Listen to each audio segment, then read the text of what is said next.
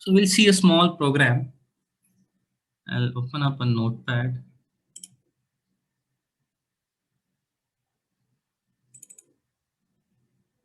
Yeah. But now what we'll see is whether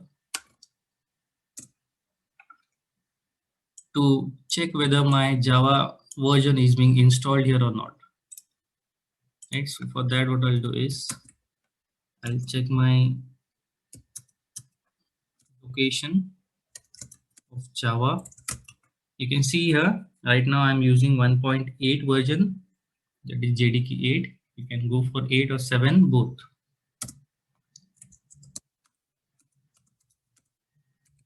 So I'll be typing this command as Java C, that is Java compiler, to check whether these files are properly installed or not before going for any program. So you hit enter here and you'll see some files being loaded up. Right? This is the help directory from, you can say, Java C. Right? So if this is working, you can say that your Java is fine. It is being properly installed. Right? Now let's see a very simple basic program step by step how to write it. So I'll choose language here from plain text to Java so that you can easily identify the keywords, the package names, class names, and all. Right. So you will be having a habit. You can use plain notepad as well or any other text editor.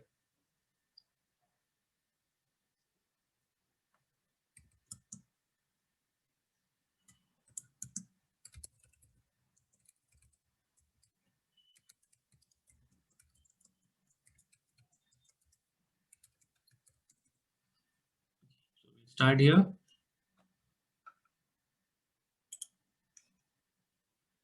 See, we are having a 10-minute time. So if the session ends, you join again with the same link, right? And you store this link because this will be the permanent link for Java course for both labs as well as lectures. So somewhere in your notes or on your machine, you save the link which I shared you.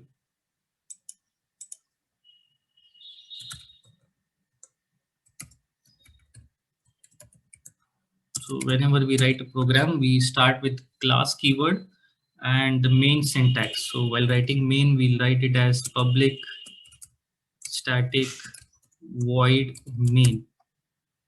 And then we give up the parameters as string and some arguments to be passed over here. Right? Now this is the entire, you can say, a skeleton of the program, how it should be. This is the basic syntax. You cannot change this write-up. You need to follow this. Now if you want to see something on the screen, we'll be using a line as system.out.println. System.out.println. So this will be printing whatever you provide text in between these two quotes.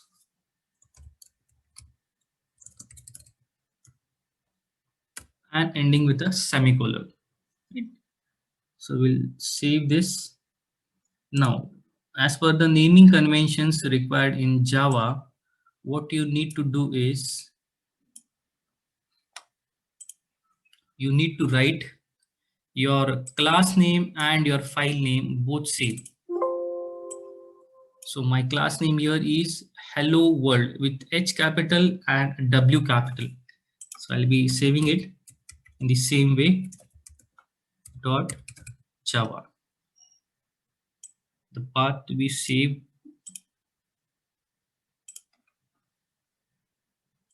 or you can go for any different path where your environment is being set.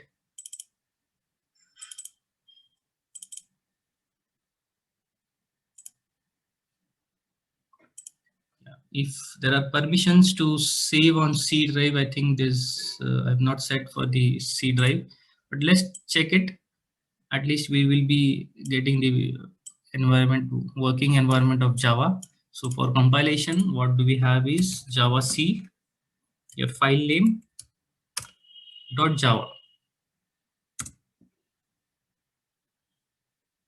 Okay. Now in this folder, you can see where we have stored our file. One class file will be created. In bin, we had hello world.java, right? Now here we are having hello world.class. Let's try to open it and see what is being created into that class file.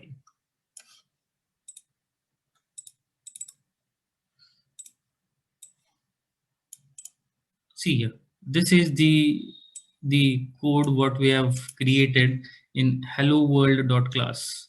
Even if this file is being received by some any other person, it cannot interpret what kind of data we are going to share. Right? So this is how it is being encrypted in terms of bytecode. Okay, now this is created. Now if you're using on same machine, you will be getting a message on the screen as hello Java. You can take this file and run on any other operating systems other than Windows, because I have compiled this file on Windows operating system. You can compile it on any other operating system. You will be getting the same output as on Windows machine. So we'll execute it. For execution, we use Java and only the file name, not with the extension now.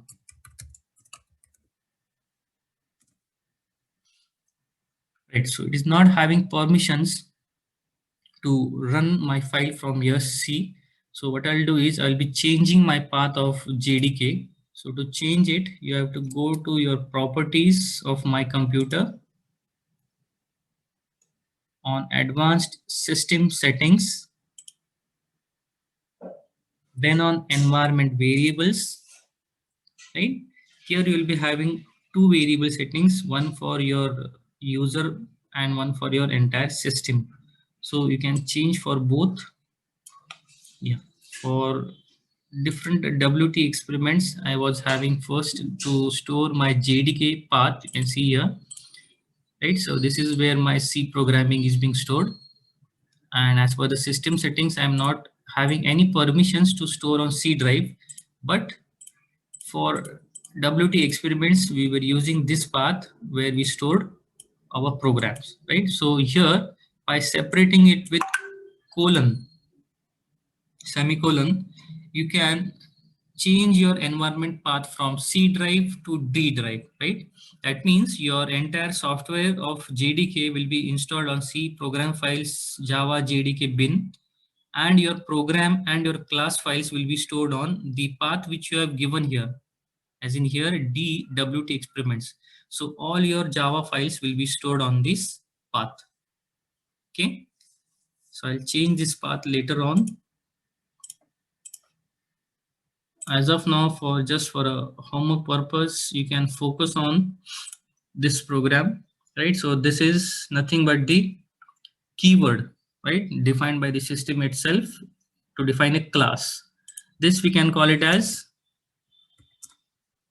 your class name, right? This name and your program name, that is .java extension file name, must be same. Otherwise it will say that your file is being not found, right? Your class file will not be generated if your file name and class name is not same. This is one of the naming conventions. Moreover, I'll be telling you what are the different conventions as we move towards these concepts, right? So you may note down these, the naming conventions of Java. Then we have public static void main. Basically in C and C++, we only used main function, right? The concept is same. Main will be the entry point of execution. Wherever your program, how many lines your program might be, it will be starting from this point of main, right? So this is nothing but the access specifier. This will be your access modifier. This will return nothing, and this will be giving you the entry point of execution to run your program, right? So after entering into this block, what do we have here is to print a simple message on the screen. For that, we need some syntax, that is system.out. This represents that you're going to print something on this monitor screen. If you're going to take input from the keyword, it would be system.in, right? So that defines whether you're going to print or whether you're going to take the input. Hello Java will represent the text which has to be printed on the output screen. Okay, end of main and end of class.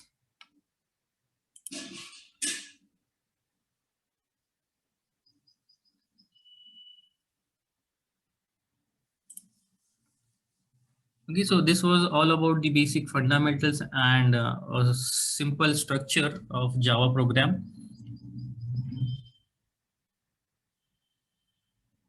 If you do have any queries, you can put up here in the chat box.